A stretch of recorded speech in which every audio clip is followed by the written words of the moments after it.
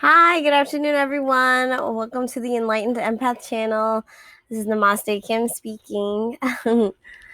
Hello. I have a little guest here, my puppy, my dog. He's not a puppy, but he's always going to forever be my puppy. His name is Ziggy.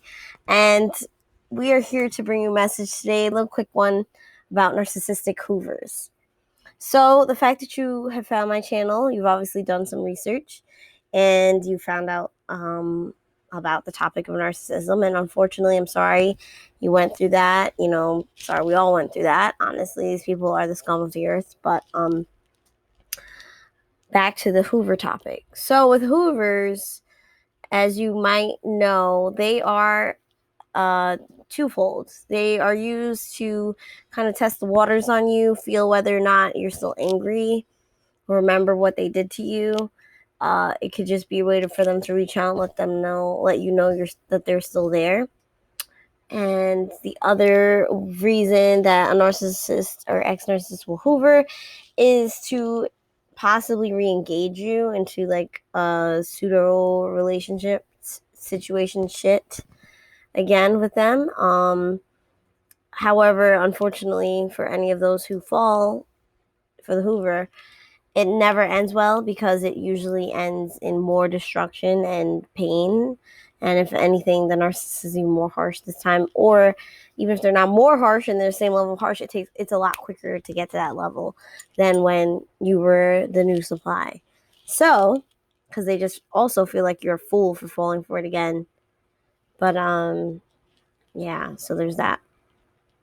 So, best way to avoid a hoover is to not put yourself out there for one. So, that means eradicating yourself from any possible means of connection. If you have mutual friends, I'm sorry, but you're going to have to drop those friends, especially if those friends are more neutral and or take the side of the narcissist.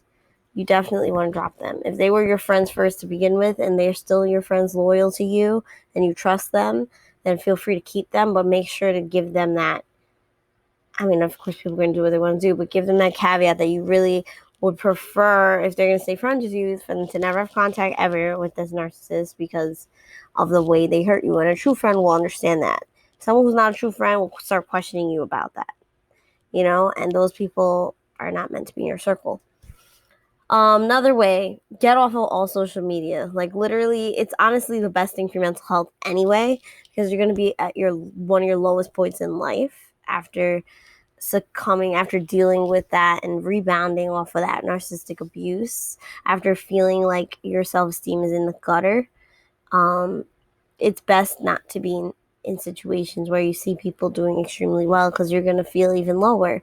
So get off of Facebook, Instagram, Snapchat, anything else you may be on, even damn Twitter, anything that you feel like will give you insight into how this narcissist is doing or where they can actually watch you and contact you easily. Another thing, if you can, change your phone number. Now, I didn't. I didn't, only because I just stayed strong and I was like, you know what? F that. I've had this phone number since I was 12 years old when I had my first cell phone that was a flip phone.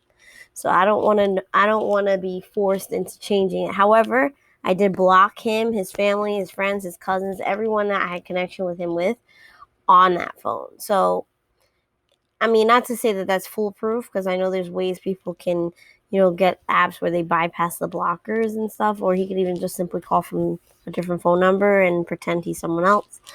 But at least for peace of mind, anything from his phone directly or anyone that's linked to him, blocked.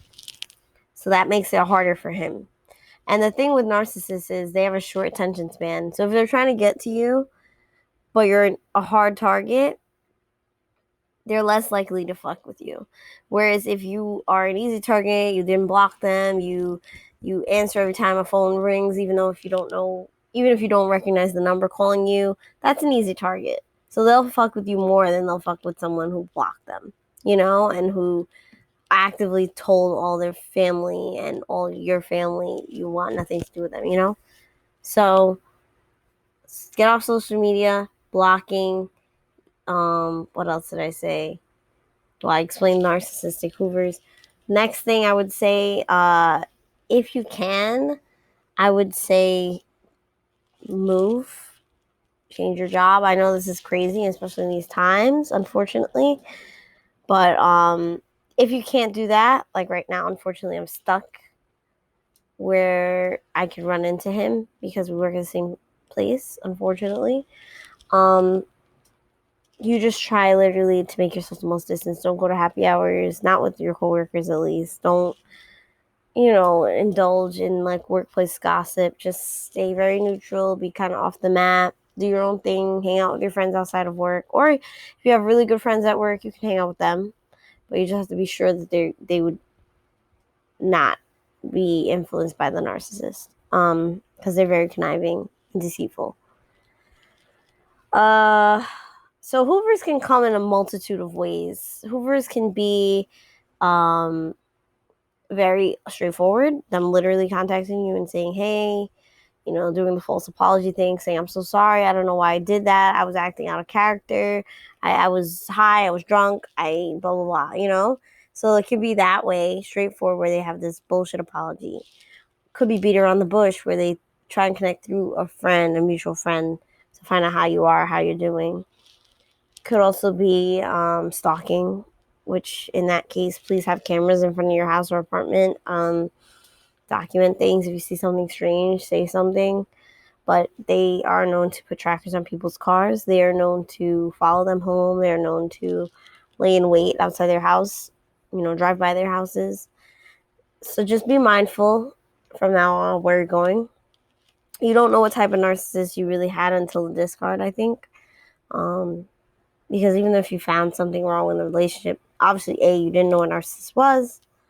And then B, you didn't know that there were so many different types. So give yourself time, but also be vigilant, because you don't know, and you're still learning at this stage of where they lie in the spectrum,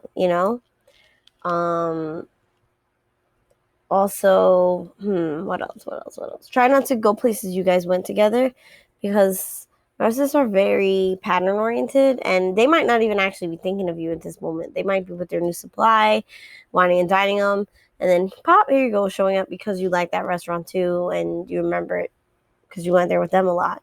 Yeah, try not to do that. Narcissists are notorious for repeating like whole relationships, so you don't want to put yourself in a place where you can potentially run into them and then them being hostile, especially if they're around a new supply. They don't want you fucking it up for them. So yeah. I'm trying to think what else. He's nice and calm now because he was upset that I had him locked out of my room. Now he's licking my knee and just like chilling. By the way, he's blind. He's a diabetic dog now, so. But he's healthy according to the vet, and he's living a really good life. So, despite my sloppy room right now. By the way, that thing up there that has like a hood on it is my ring light, but I try to put the cover over it so it doesn't get dusty. My room's very tiny. I need more space, but for now, that's its spot. So, in case you were wondering.